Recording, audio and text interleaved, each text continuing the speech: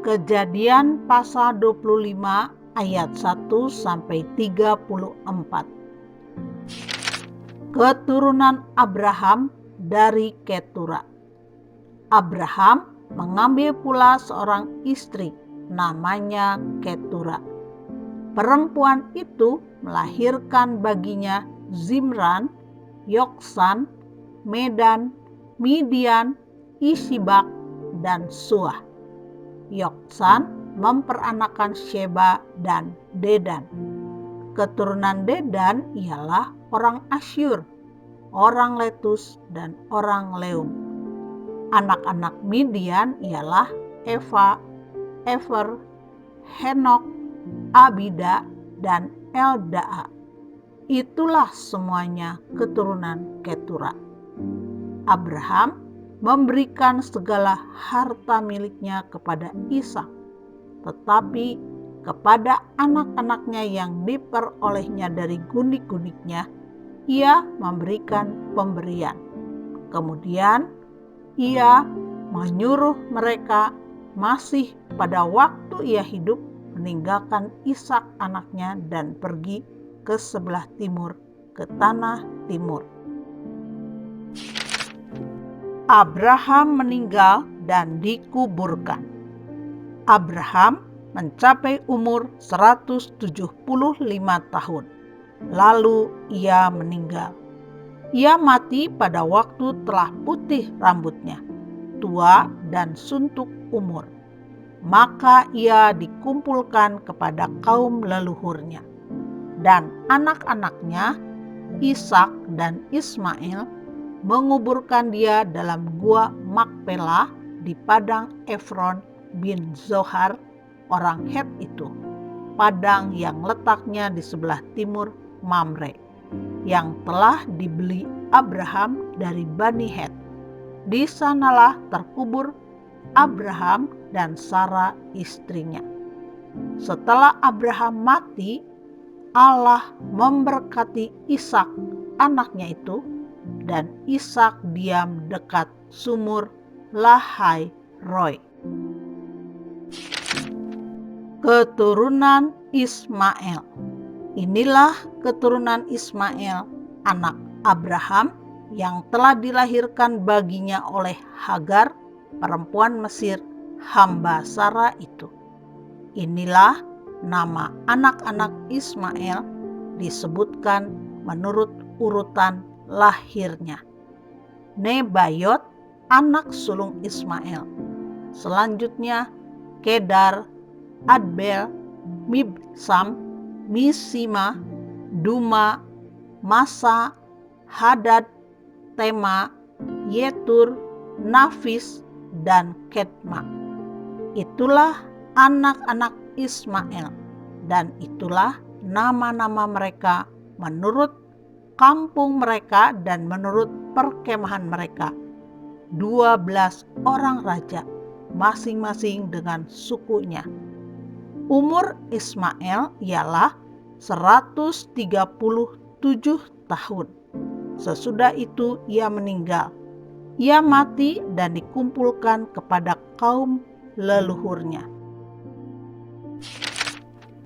Mereka itu mendiami daerah dari Hawila sampai Syur, yang letaknya di sebelah timur Mesir ke arah Asyur.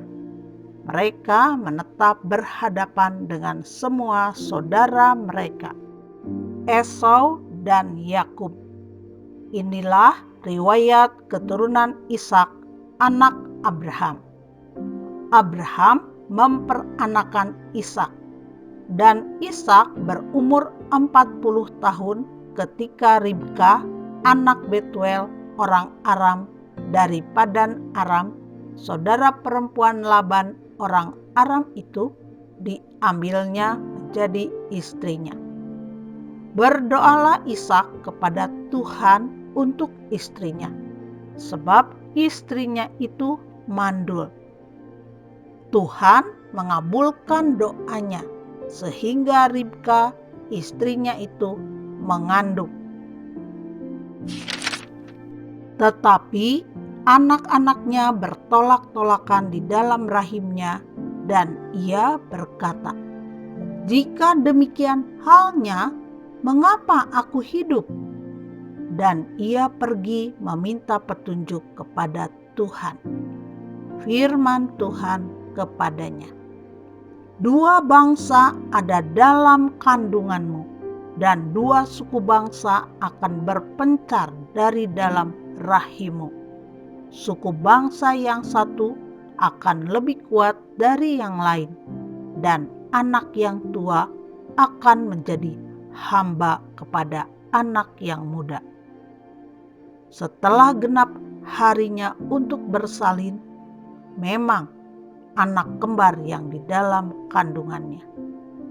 Keluarlah yang pertama, warnanya merah, seluruh tubuhnya seperti jubah berbulu. Sebab itu ia dinamai Esau.